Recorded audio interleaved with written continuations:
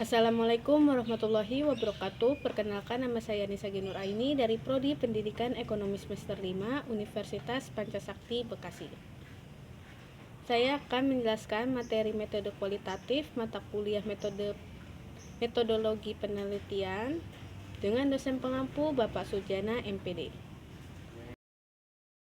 Pokok pembahasan materi metode kualitatif yang pertama, pengertian. Kedua, ciri-ciri. Ketiga, tujuan. Keempat, jenis-jenisnya. Dan yang kelima, prosedurnya. Pengertian metode kualitatif. Metode kualitatif dapat dipahami sebagai metode penelitian yang menggunakan data deskriptif berupa bahasa tertulis atau lisan dari orang atau pelaku yang dapat diamati. Tujuan metode kualitatif. Menurut Rahmat Kriantono, tujuannya yaitu untuk memperjelas secara rinci fenomena yang terjadi di masyarakat dengan mengumpulkan data secara rinci dan lengkap. Hal ini menunjukkan bahwa integritas dan kedalaman data yang diselidiki sangat penting dalam penelitian. Ia juga berpendapat semakin dalam dan teliti data yang diperoleh, maka semakin tinggi kualitas survei yang dilakukan. Dalam prakteknya, jumlah objek yang akan disurvei biasanya sedikit, karena kedalaman data lebih penting daripada jumlah data. Jenis-jenis penelitian kualitatif. Yang pertama, dasar. Bertujuan untuk menemukan sesuatu yang telah dibuktikan dalam bentuk penelitian, tanpa mempertimbangkan manfaat bagi masyarakat.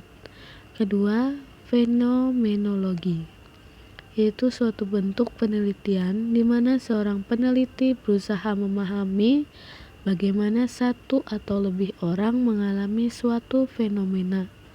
Ketiga, verifikasi, merupakan jenis penelitian yang menguji kebenaran ilmu di bidang pendidikan, seperti konsep, prinsip, prosedur, pembahasan, dan praktik pendidikan. Keempat, deskriptif, yaitu jenis investigasi yang menjelaskan suatu masalah. Studi deskriptif bertujuan untuk menjelaskan populasi, situasi, atau fenomena secara akurat. Kelima, eksplorasi, jenis penelitian yang bertujuan untuk menemukan pengetahuan baru atau terapan dan masalah baru di bidang pendidikan. Keenam, etnografi, kajian ini berusaha memperjelas implikasi sosiokultural dengan mengkaji pola dan interaksi kehidupan antara kelompok sosiokultural tertentu atau kelompok dengan budaya yang sama dalam ruang atau konteks tertentu. Ketujuh, studi kasus. Didasarkan pada peristiwa yang telah terjadi, penelitian ini melihat interaksi antara satu variabel dengan variabel lainnya.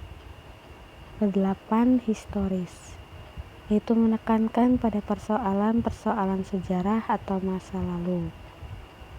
Yang kesembilan, naratif, jenis penelitian yang diterangkan secara langsung atau lisan dengan menceritakan isi penelitian. 10, terapan. Dalam jenis penelitian ini, hasilnya cenderung aplikasi baru. Peneliti yang menggunakan tipe ini memiliki sifat menerapkan wawasan tipe penelitian dasar. 11, tindakan, menerjemahkan pengetahuan ke dalam perilaku kehidupan nyata dan menanggapi situasi di lapangan. Dan yang ke-12, evaluasi.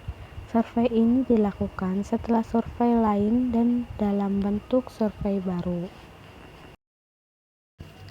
Dan pembahasan yang terakhir, prosedur metode kualitatif atau prosedur menyusun metode tersebut. Yang pertama yaitu melakukan pengumpulan data, yang kedua reduksi data, yang ketiga klasifikasi data, keempat tampilan data, dan yang kelima Demikian materi menarik yang saya sampaikan. kesimpulan. Wassalamualaikum warahmatullahi wabarakatuh.